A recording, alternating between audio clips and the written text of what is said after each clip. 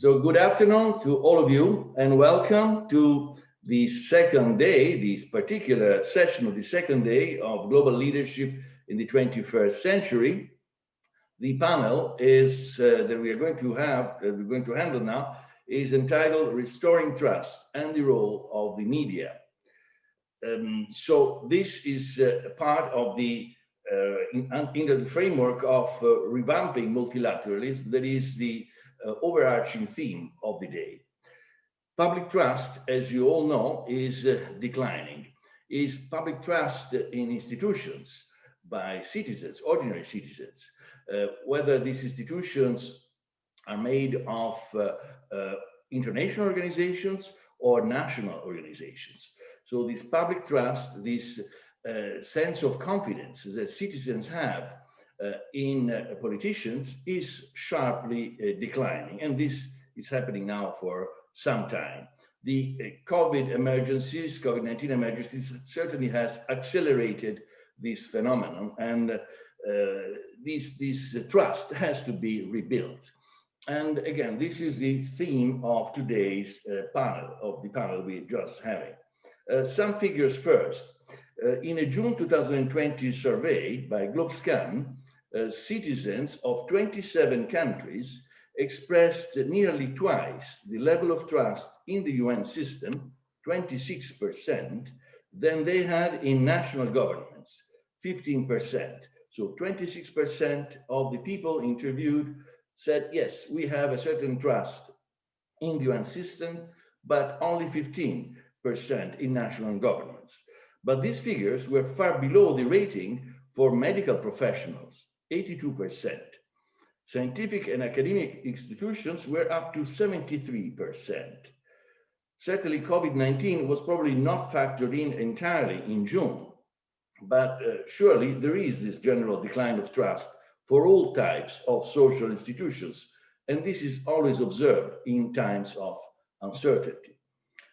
While major transformations are taking place, driven by technological change, the governance systems in many instances are becoming increasingly ineffective, with examples of looming authoritarianism and a spike in corruption and vested interests.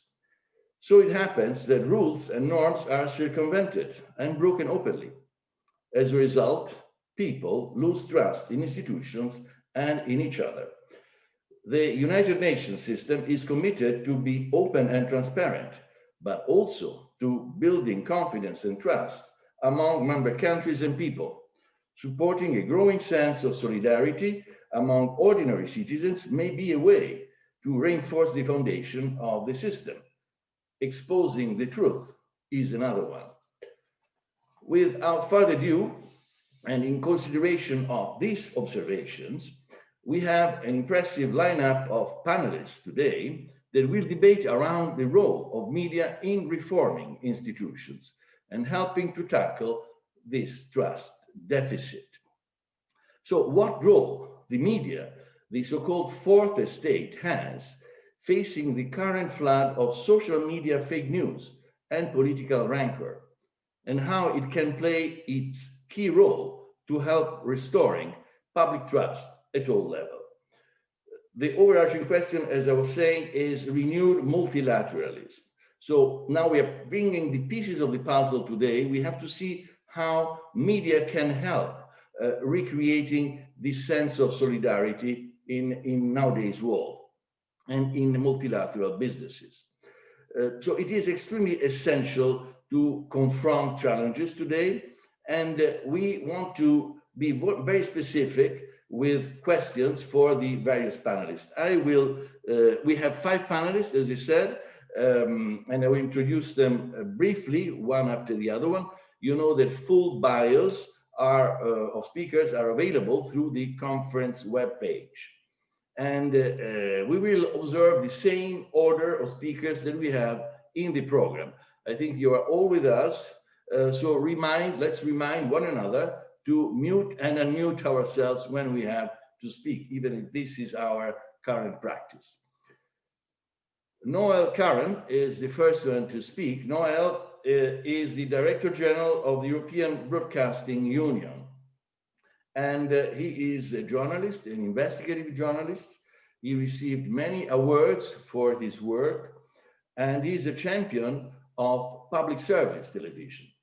He was, in fact, also the chief editor and director general of RTE, that is the Ireland National Television Radio Broadcaster. So he is also a professor in journalism at Dublin City University. Noel, thank you. Very pleased that you managed to be with us today. Let's start with the definition. What for you is public trust? And we heard it also in the previous session.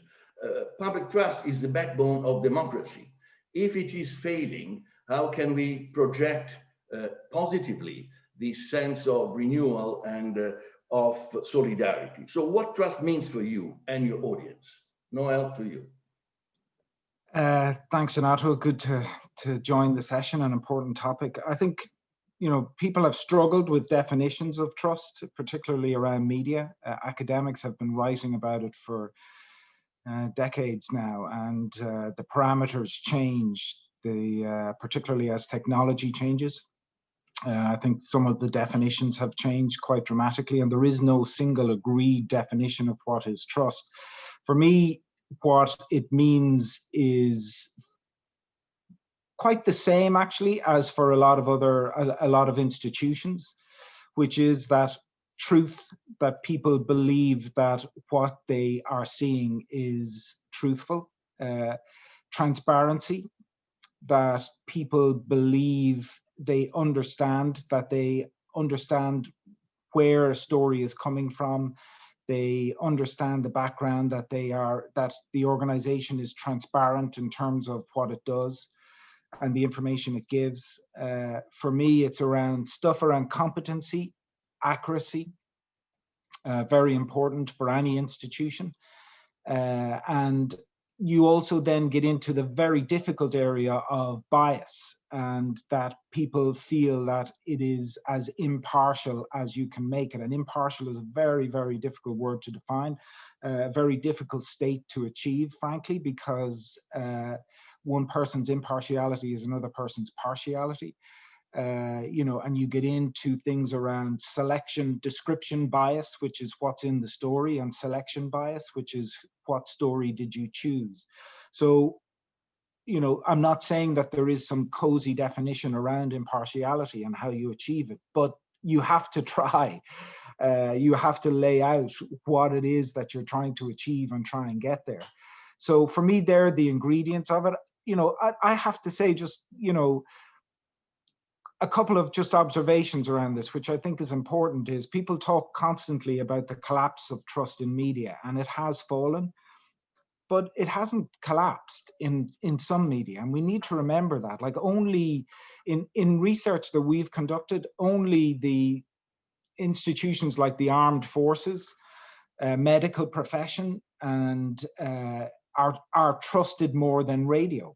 Radio has a huge trust level right around Europe, and most of our research is European based, so I'll stick to that.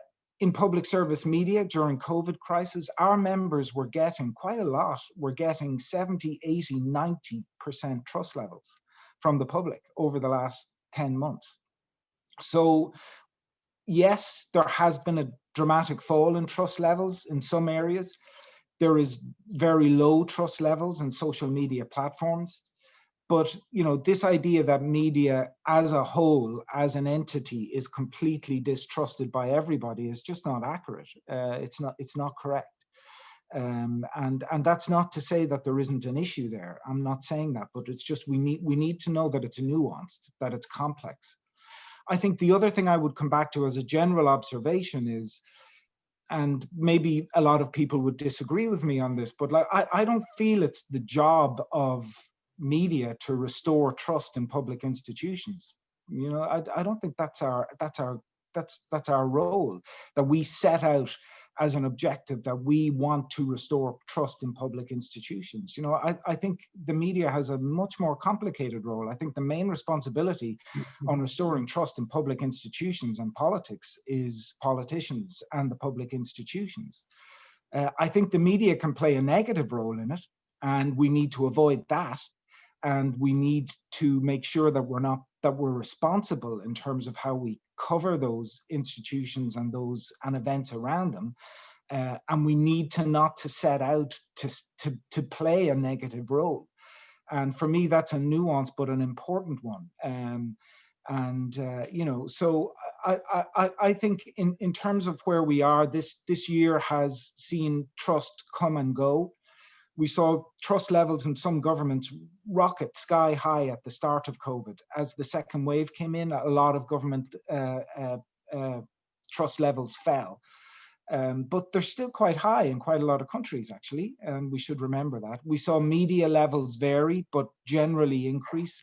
And we saw social media still completely distrusted. Like the irony of trust is one of the most used platforms and ways of accessing information is actually the most distrusted. So, I think there just would be my kind of general observations around the topic and how we approach what is a very, very complicated subject area. Noel, thank you. I mean, your nuanced critique, I think it's fundamental to understand the issue. And it's not just the irony of the trust in the fact that social media are failing. It's a matter of fact that we have to make use of the correct media and revitalize the sense of media, the critical voice that the media has to play, and the critical role that the media has to play to be the right conduit and to be the right intermediary. So reinforce the intermediary role of media, of traditional media as well. The second speaker of today's panel is Catherine Fiankan-Bokonga. Catherine, are you there? Yes, good afternoon. Good afternoon, Catherine. Catherine is Vice President of Geneva Press Club and is also Vice President of the Association of Correspondents at UN in Geneva, ACANU. I am pleased to know Catherine now for many years. I won't say how many, but I was a spokesperson of the United Nations when you started really covering the United Nations from the Palais. So that's the time that we started our acquaintance. Catherine worked for several African media, Jeune Afrique is one, but now she is the correspondent of France 24 and Radio Vatican, among other African media. So what else I can say about Catherine? Certainly that she is a great presence in the press crowd in Geneva and beyond, in the United Nations in general, and that she participates as a host to many programs and many talk shows, I would say, that are handled in many parts of the world. She's a regular speaker and moderator at high-profile conferences at the UN on issues of security, humanitarian relief, healthcare, trade, culture, and women's issues. Catherine, I have a question for you. Leonard Cohen, a poet and a singer, in one of his famous lyrics says, "Everybody knows that the plague is coming. Everybody knows that it's moving fast." The pandemic, as you know, sprang out of silence and misconceptions, and people didn't know what to believe. Someone says that better journalism could have prevented the pandemics, or at least could have contained the spreading of the pandemic. What are, according to you, the critical factors for reliable communication? And how do you gain public trust in a situation like this one? So first of all, Donato, thank you for these kind words and thank you for having me on the show. And I'm really happy and honored to be on this panel with such brilliant colleagues. Hi, Noel, Yasuhiro, Meera, and a pleasure to see you, my colleague and friend, Xin Liu, who's a star in China, and that is trusted. I think the image, first of all, what Noel said before, in fact, he said it all. I think it's not the role of media to restore trust. We can participate, we can collaborate in restoring trust by doing well our job, by covering well the events and the actuality. But you have to know that also a journalist has a limited, I would say, responsibility in the way that we are not the one that are deciding. We often have to decide what our bosses are saying, and our bosses are often get pressure from the politicians. So we come back to the beginning. The trust, I think that the crisis, particularly the COVID-19 crisis, is just a kind of drop that in fact put under the spotlight a crisis and a breach of trust that already existed in society.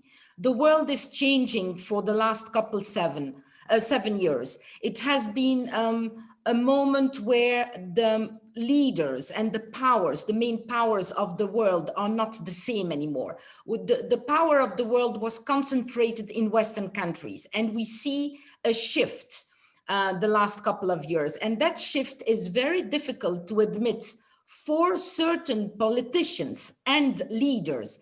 And often they want to reflect, I would say, their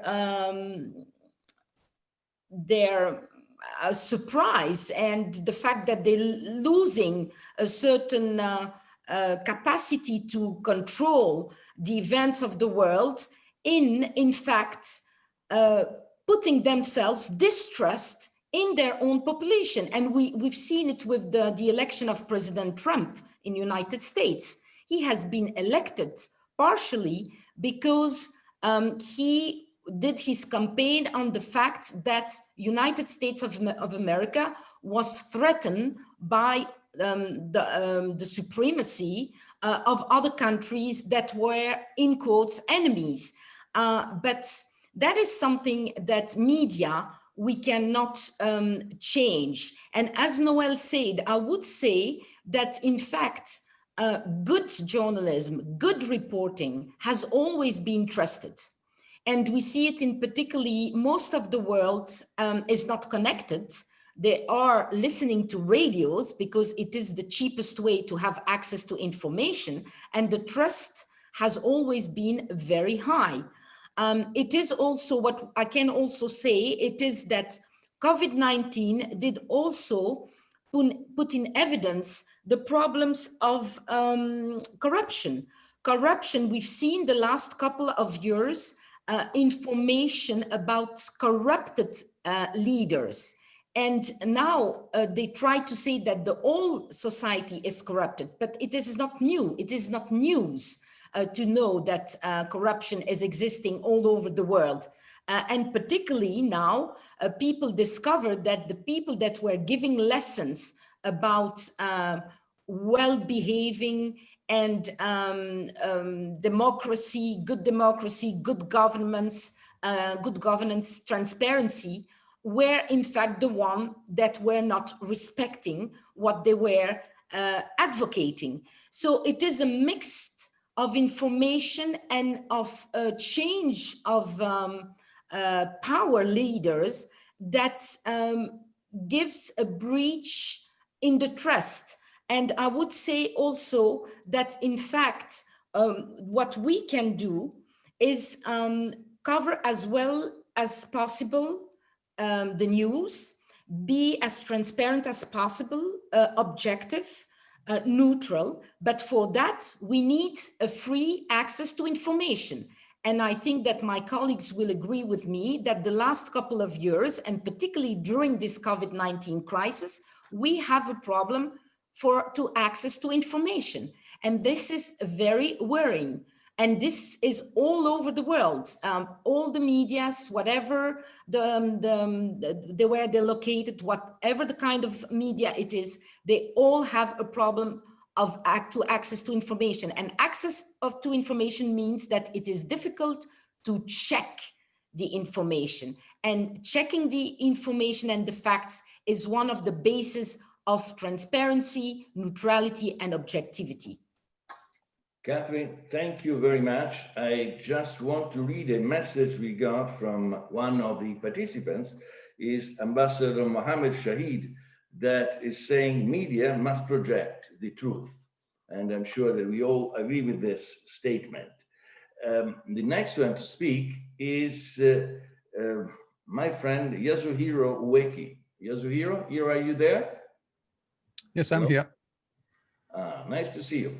I know that you are now presently in New York, but normally you are based in Tokyo, where you are a professor. You are a professor at the Department of Global Studies at Sophia University.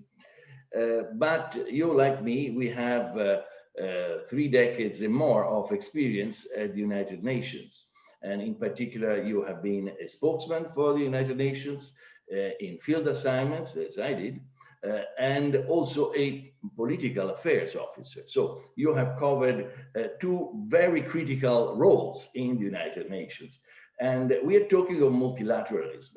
The session is media, but not so much trust in media, but trust in institutions and what media and how media is relating to this particular fall in trust that is specific to multilateral organizations and to leaders worldwide. So my question to you, Hiro, I mean, maybe I have omitted some points about your rich curriculum, but I'm sure that readers, we will have many readers later on that can fill their knowledge with your experiences, like in East Timor and many other places. And you are a professor still in journalism as well. Now, Hiro, my question is, disinformation is the source of tension. We have experienced that. It generates xenophobia and intercultural conflicts, and also the rise of autocratic regimes. When public information is discredited and biased soundbites replace national discussions and rational discussions and debates. So trust in international organizations and leaders, as we said, is eroding. Why, according to you? And how does it affect the relation with the media? Thank you, Donato, and also nice to see all the distinguished panelists. As Donato, in fact, introduced my career briefly, working for the United Nations, speaking for the United Nations, both at the UN headquarters, also in the field, particularly in some difficult political situations like East Timor, the first mission in East Timor, which organized the referendum to decide the future of East Timor, as well as in Iraq, when the world was split on whether attacking Iraq would be legitimate or not. And I speak for the UN inspectors, but unfortunately our work was cut short. Nevertheless, particularly when you speak for public organizations like the United Nations, it's very important to give as much information based on facts. And of course, there are areas where we really cannot share certain information, but what I used to do is to give the journalists a kind of context in which something happens, then try to explain that in a context, sometimes historical context, sometimes a political context, and as a matter of background, so that particular information media provides actually has a good sort of is portrayed in a right context. So it's very important for public organizations to provide such accurate information, but based on facts, but also in the context, certain context. Now, what Noel said about the media, the media is a kind of filter. So the media, can report certain facts as they see them, but some other media may see the same fact in different ways. It's like a Rashomon syndrome. And so particularly if you see the American media landscape, you see such a diversion of views presented to the public. And sometimes the media works as a sort of critical thinking filter. Sometimes they provide a different set of critical thinking. So it's very difficult for the media to play their functions as a kind of proper filter in a very divided context, even a divided society or divided international politics. Nevertheless, the established media has a very important role to play because we get a lot of information through the media, TV, radio, and through the internet. But still, the media alone cannot really, restore public trust, particularly when there is a persistent criticism of public international organizations by certain politically biased leaders. So I must say, political leaders actually have a very special responsibility to transmit the information based on facts and science. And when they don't do that, the media has to provide alternative sort of thinking, always be critical to see whether whatever information transmitted by political leaders or public institutions have in fact the truth or not. At the same time, because of the bias, in fact, Noel also mentioned, we have to have a very mature civil society, mature public, to decipher what is true, what is not.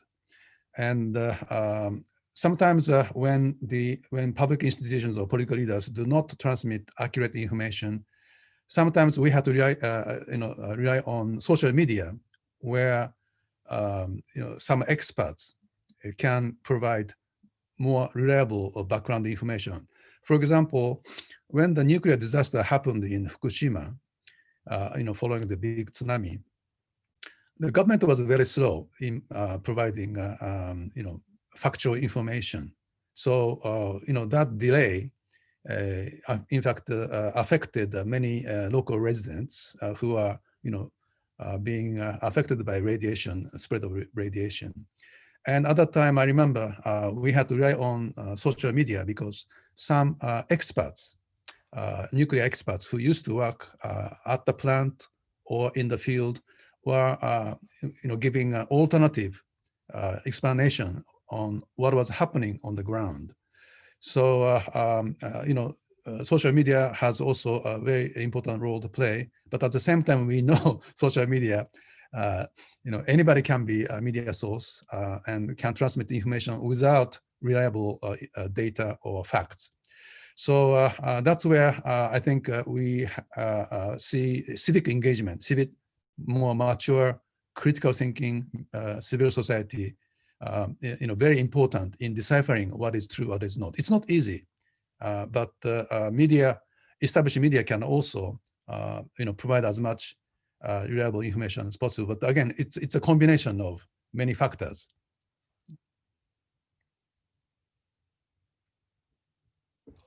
Thank you very much. Thank you very much, Hiro.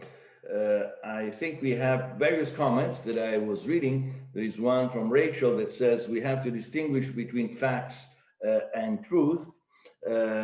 Obviously, I mean, there is an obligation to report facts, as Hiro was saying, and the truth should come out of facts, and opinions should be distinguished from facts. But we will continue this discussion, and please stay engaged with us. Also, the participants that are putting so many interesting questions. We read them as we continue, and maybe some of the speakers will have time to respond while we go on. The next one to speak is Meera. Meera Selva. Good afternoon to you. Good morning to you. You are in London right now. I'm in Oxford. Yes, there she is, with her beautiful bow windows and garden behind. Meera, she is the director at the Reuters Institute for Journalism at the University of Oxford.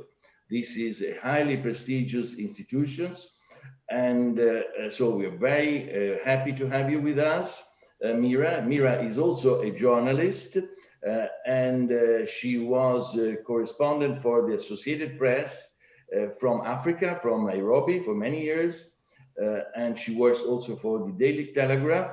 She is an accomplished senior journalist with experience in Europe, Asia, and Africa. Meera, Reuters, your institution, just released a report. The title is What We Think We Know and What We Want to Know. It's an intriguing title, and certainly it refers also to this issue of the infodemic, the overabundance of information, the rapid spread of misleading or fabricated news, images and videos that has been denounced recently with COVID. So the independence of media credibility plays a fundamental role. Out of your report, maybe you want to tell us something about it, are there some editorial guidelines and measures that could be taken to counteract misinformation? This is a really important question. What we looked at with this report that you very kindly mentioned is what does trust mean for the news media? And this is two things. It's about how are we trusted as an organization, but crucially, why would people then pay for us, or should they pay for us? So it's a business transaction as well, because basically we are also in the business of creating a product that we want to effectively sell to our users. So it's very important that trust is present in the industry, because without trust, there is no media industry, essentially. I want to talk a little bit about trust in journalism first before getting into misinformation, because I think trust in journalism is, like Noel said, it's not a single it's not a single definition, it's not a single thing, it's about an ongoing relationship, and it involves many things. It involves accuracy, absolutely, and competence, again, as Noel said, but it also involves more complicated concepts like integrity and transparency. And what we're really asking people there to do is to trust us because they think we're good at our jobs, but also that we understand them and that we have their best interests in heart, and that we're operating in a way with integrity. And integrity can either mean financial independence, it can mean a good set of editorial guidelines, it can mean being right, but it can also crucially be related to issues of diversity. It can be related to the issue of, are you as a journalist truly representative of the people you're reporting from? Do you have the right to tell their stories? And so these are all very, very complicated issues. And the report is one of a 2-year project that will look into this, because we realize it's not going to be, there's no simple answers at all. Misinformation is very dangerous in this space because it absolutely undermines trust in journalism. And it also crucially sends journalists down rabbit holes where, instead of doing this job of building trust with their viewers and their readers and doing good journalism and holding power to account and telling the stories that need to be told, they're fact checking, or they're rebutting misinformation claims, and they're worrying about how things play out on social media. So it's very, very dangerous. And one thing we really need to look at, again, like Noel said, is it the job of journalists to build trust in public institutions? Is it the job of journalists purely to fight misinformation? Or is it the job of journalists to provide credible, trusted information and find ways and try and persuade people to go to that instead? You know, because if you start saying that you need to fight every misinformation claim, that will be your entire job as a journalist. You will never be able to do any original reporting. All you will be doing is kind of fighting these demons online.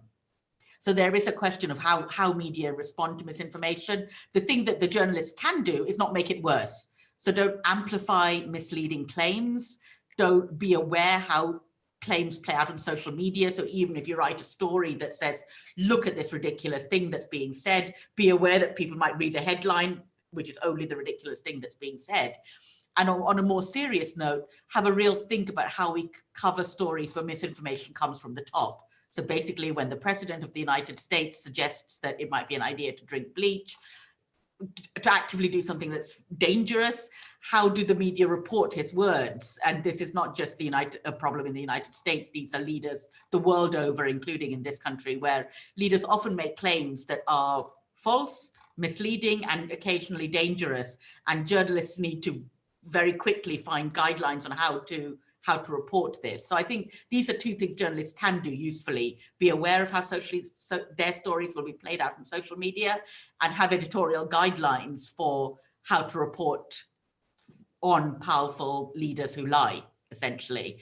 But I would be wary about saying that fighting misinformation is something that journalism should do as its kind of primary role.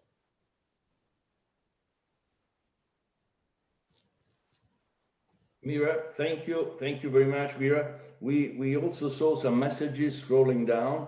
I'll read one from David that says, a responsible press is the bedrock of a healthy society. Someone else said, without trust, there is no media. And this was echoing what you were saying, Meera. So I think that we are now entering the real epicenter of the issue of what we want to debate, and we have the next speaker, that is Xinliu. Xinliu, good afternoon to you, good evening to you. You are in Beijing, I assume, right now. It's an honor, it's a great pleasure to have you with us. Xinliu, for those who don't know, has a fantastic program that is called The Point with Xinliu, that caters to more than 45 million people every day. So it's a fantastic program. She is an anchor at a very important Chinese television network, that is CGTN, the Global Television Network in China. She was also posted at the United Nations in Geneva, and in fact, she is credited with having established the presence of CGTN in Geneva itself at the United Nations. And she has covered many stories, many important stories as a journalist in Syria and in conflict of Syria, for instance, and the Iran nuclear talks and many other thorny issues of their everyday politics. Xin, again, pleasure to have you with us. You already heard the other speakers. Now we are entering into the importance of the role of the media to inform the public, but also to make sure that we contribute as media agents to a healthy society, as someone else said.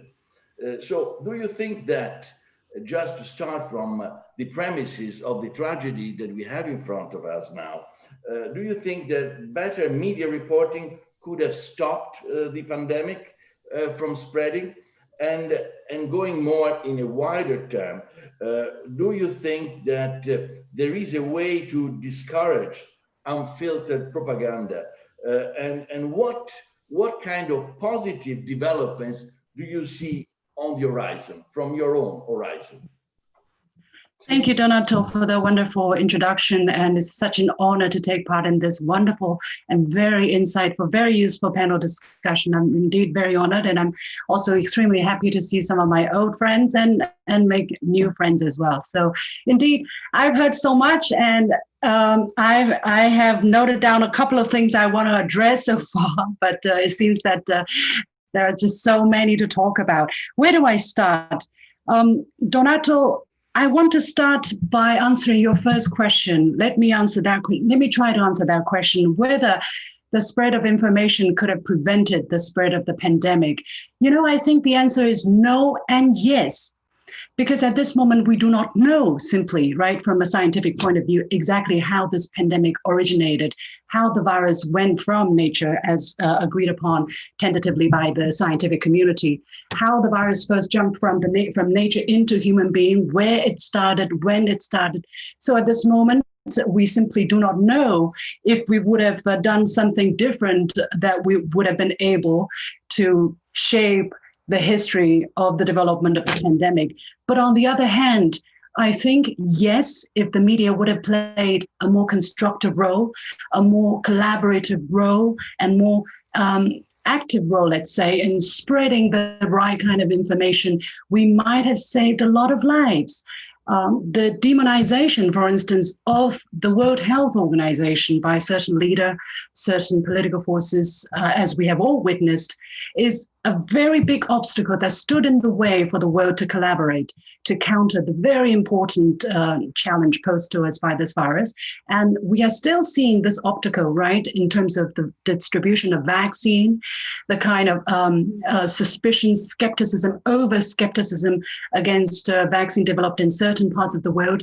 It is not helpful, because wherever it's produced, if it can help vaccinate, help protect a certain population in this world, it should be good thing, right? Unfortunately, because of the kind of quarrel and mutual attacks in the media, that we have to waste time really to debunk misinformation, disinformation. So in that sense, I think, yes, if the media would have done a better job, if there is more trust in the media, probably lives would have been saved. In terms of propaganda, I do think it is a very important issue, but again, it's a very complex term, right? Just like the word trust. How do you define trust? Who is responsible for trust? And for the definition of propaganda, there's simply no one agreed upon definition of propaganda. We are the victim of labeling of exactly this word propaganda. A lot of people, when they see us, whatever we say, whatever we bring out there, hey, this is propaganda. But I mean, come on, take a moment to give us a moment of a benefit of doubt and think whether what we said, what we are distributing to the world has at least some value, so that when people make decisions, when people think about the world, when people perceive a different people in a different culture, they have a better understanding. In the beginning, when we talked about the Chinese measures in fighting the pandemic, the outcry of how China has done so wrong and violated so much human rights and so forth, prevented, I think, a lot of people and a lot of governments, a lot of policymakers to really take the Chinese measures seriously and say, maybe there's something that we can use as well. And precisely by that, I mean the danger of labeling, of demonizing someone or a media organization before you even pause and take a moment to think about what they say. On the other hand, I'm not going to say everything we say is absolutely right, absolutely, perfect, truthful. Of course, we make mistakes, and that is a daily challenge for me. Just earlier today, I was recording a media critique program to look at some newspaper, to look at some media reports on China from international media or outlets. And I have to constantly torture myself by asking, am I being fair? Am I going too far? Am I being too sensational, just as I am criticizing them?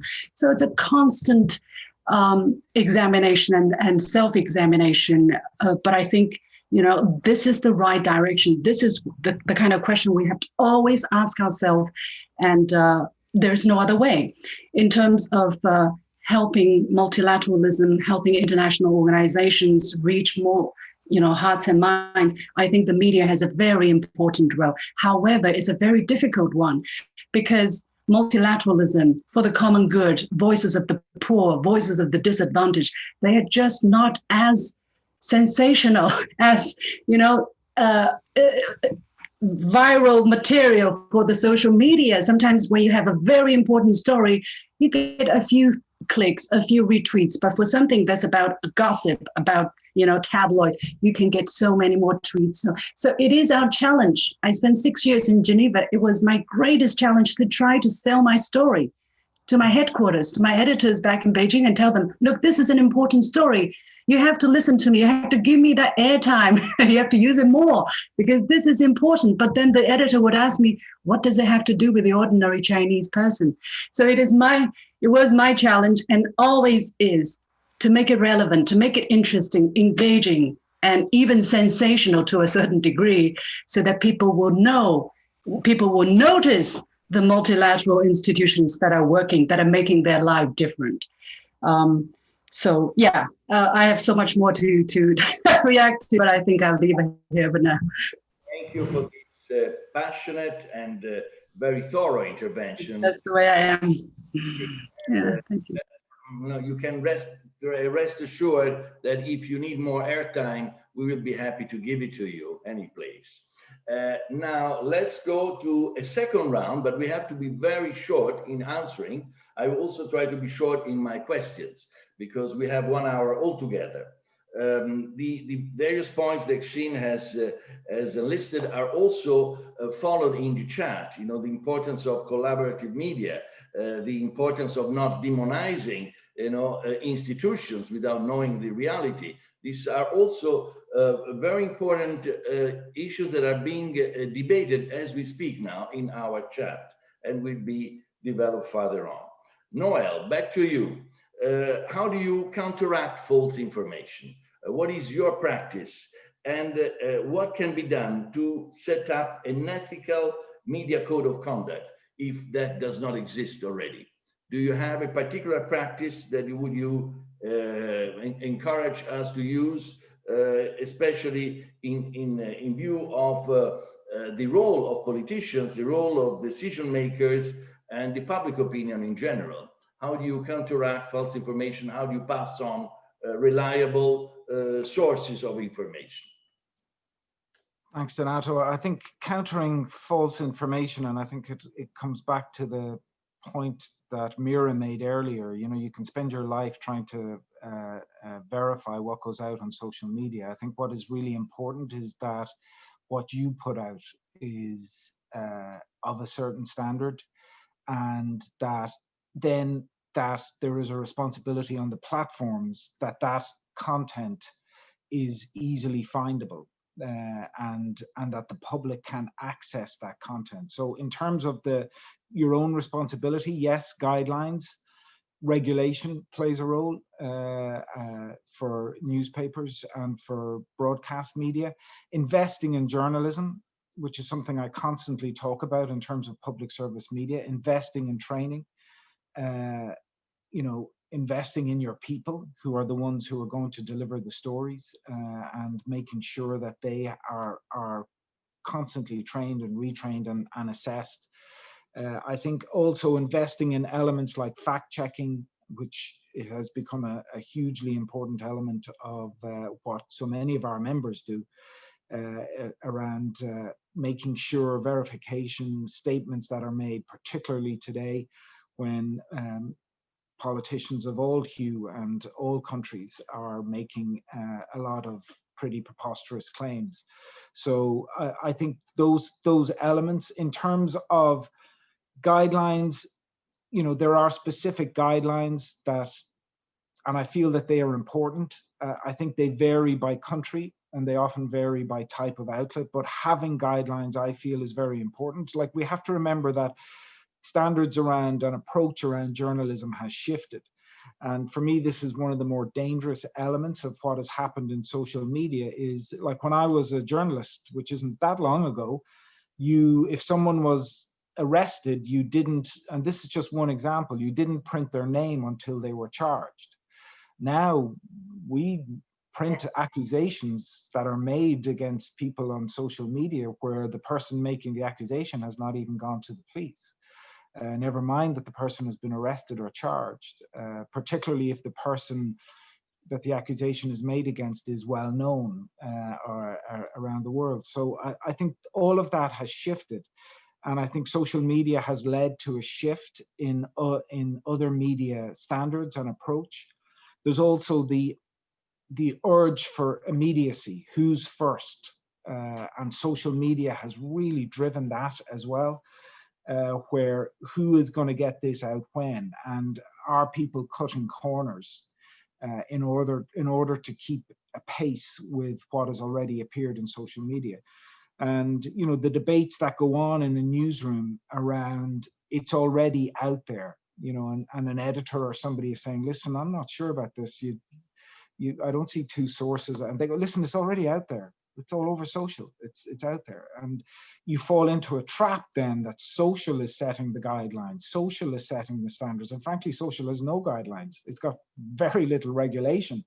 You know, it was only when we began to see that the Donald Trump era was ending, that organizations like Twitter started putting whole-scale warnings on the tweets. You know, we didn't see that much of that over the last 4 years. So, you know, I think in terms of where we are now, we need to invest in our journalism. We need to have guidelines. We need to invest in our people, and we need regulation, and we have regulation, and the platforms need regulation, and we just need to not get drawn into that race with the platforms and with social media over competing in terms of being first, competing in terms of you've already done it, because their standards are very, very different to ours. Thank you, Noel.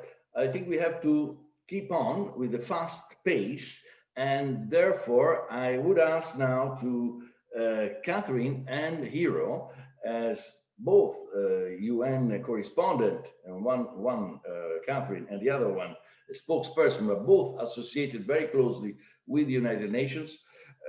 You know, what do they think that the United Nations could do to improve its information flow? The United Nations has, in history of 75 years of its own histories, established itself as a source of objective information, even if competition between UN agencies and the excessive desire to make the news not always serve the purpose of one UN. But now, what can we do to make the information not only more reliable, but more effective when it comes out of the United Nations system? Catherine, and immediately after Hiro, please. I would say that there shouldn't be any confusion between journalists and journalism and spokespersons that are in fact sharing information about the UN activities with professional press members. Because we've seen the tendency the last 3-4 years that that UN, United Nations, and the agency are producing more and more clips or articles or radio shows that they are distributing for free all over the world, and they consider that this is information, and that in fact the work of the journalists and the correspondents is not as much needed as before. I explain myself. When I arrived about 20 years ago in Geneva, and as a correspondent, all the spokespersons were very available and ready to share information, and they were even looking for information, to provide information to the correspondents to match their interests or the interests of their medias or their region. And step by step, we've seen a reduction of the access to information. That means that, for instance, spokespersons, instead to provide spontaneously information, were expecting precise questions and only responding when the question was asked. So that was also that is a way to reduce the access to information. And I see that my colleague Shin smiles, but one of the best sentence that we usually hear is when we ask a very precise question, the answer of the spokesperson is, "I'll get back to you." And of course, they never get back to us. And it is very important nowadays with the COVID-19 pandemic, because journalism and journalists and the public are entitled to have access to accurate and precise and reliable information given by experts. And WHO is a wonderful place where you have experts of all over the world and that are able to share their knowledge with the journalists and with the public. So it is crucial that we could have access to that information in order to restore a certain trust to the public. For instance, in vaccination, we see that there's a problem in the trust of the products for the moment in vaccination. So the fact that we, the journalists, could have access to experts, I mean, we would be able to, write or cover on the topic. So it is important that UN continues to, give us access to information according one of the resolution of UN, by the way, that of the General Assembly, if I recall well, resolution 67. So thank you. Catherine, excellent point, well taken. I think the UN is listening, and I'm sure whoever works in the Department of Public Information will retain the advice that you are freely offering at this stage. But I would like to hear from Hiro as well, quickly, because we have only 7 minutes and I have many more questions for you. Thank you. Well, UN spokespersons have a difficult job to do. But I used to get back to the journalists whenever we could not respond publicly. Again, providing context and providing information to the extent that we could. But nevertheless, I think what you said is correct, that there's a bit of tension between, public organizations, spokespeople, as well as the media. Media have a role to play, which does not necessarily coincide with the public institutions.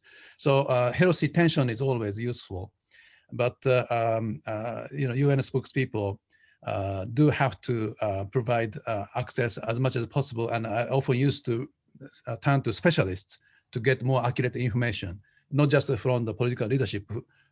Political leaders do not have that much expertise on, particularly medical and certain other fields. So, but anyway, the UN public institutions have an obligation, in fact, to respond to the needs of the media to the extent they can. Hiro, thank you, Hiro. I would go now back to Meera. Meera, another issue. We spoke about so much information, it is hard to handle, and lack of coordination. A question that comes also from the World Academy, some of its members. Do you think that an independent global entity could be helpful to check and rank public sources of news according to ethical standards? Do you think this is something feasible? Don't elaborate further. Just tell us yes, no, and if yes, how can we work on it? In a word, no, not easily. Look at how hard it is for the platform companies to find some global operating standards, global standards that we all agree with and that work with national governments. And these are big, existing, well-resourced companies with a commercial reason to try and find solutions to these problems, and they're struggling. The big question is, who would be on this panel and this ratings agency? How would the decisions be made? How would it tally with the various different value systems and the different attitudes to free press that we have worldwide? And crucially, how do you protect small companies, small media houses, independent media organizations that don't often fit a model of kind of the legacy organizations? They don't necessarily have big newspapers, they're not state broadcasters. So how are they rated in this system? I think it would be very problematic. It's a very difficult concept, worth looking at, but certainly not something that can be done quickly.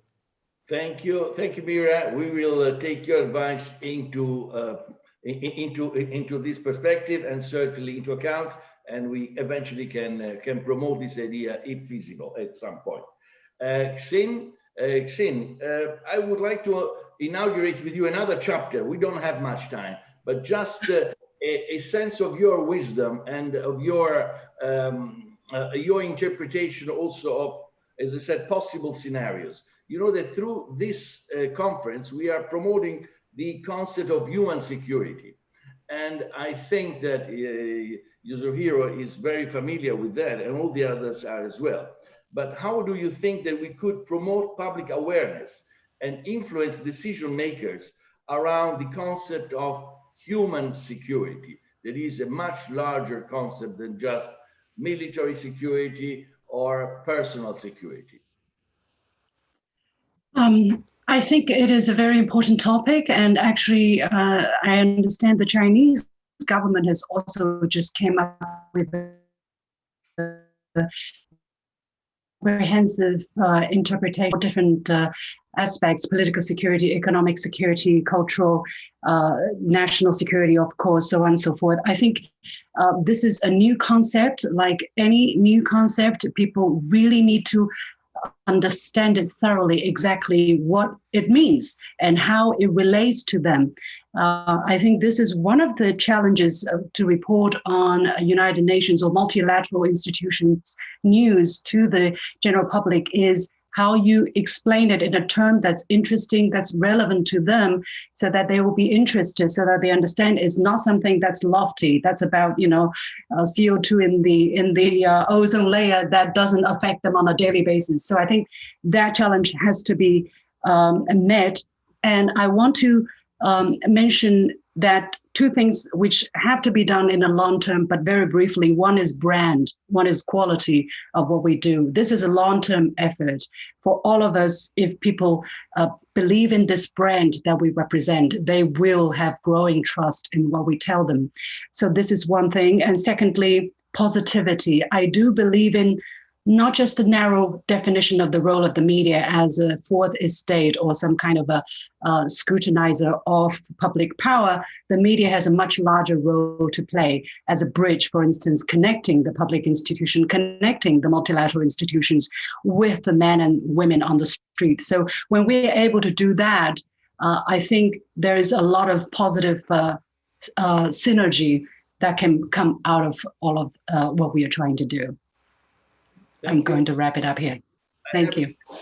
Thank you, Xin. Thanks a lot. A question for all of you. We'll see who will answer first. Can the future of media, the news and communication in general, be oriented towards education and critical thinking? Could scientists come together, as Vaira Freiberga, the former president of Latvia, said the first day of our conference, could they come together and vet quality information and vehicle this right information to the public? Would you like to answer, Noel, in a word, in a nutshell? I think groups are doing that already, Donato. You know, I think there are groups, science groups. There are the difficulty is if we've learned anything in the last 10 months, is that there is no such thing as science. One science. There's lots of sciences. Lots of difficult medical interpretations, lots of different medical advice, and that's a difficulty. But groups are coming together. There is no single group, but there are lots of different groups that are examining these areas and putting forward opinions. Thank you, Noel. Meera? I think, hi. Yes, I think two things on this. Yes, they already exist. And I think one thing that would be really useful for both science research and for journalism is to explore this concept of uncertainty, how to convey uncertainty, how to convey the idea that we just don't know, but these are the various options and these are the various scenarios we're facing. I think this is kind of something that's not intrinsic. And secondly, I think one thing journalism has done very well this year in particular is really try and visualize some of the numbers, some of the overwhelming numbers we've seen over COVID-19 and infection rates. I think you've seen a lot of good data journalism that can feed into the debate about how to spread good information and how to present scientific research into a wider public. Thank you. Xin, could you be next? Coming back on this question about scientific information, how can they be corroborated and how can be more accessible to the public?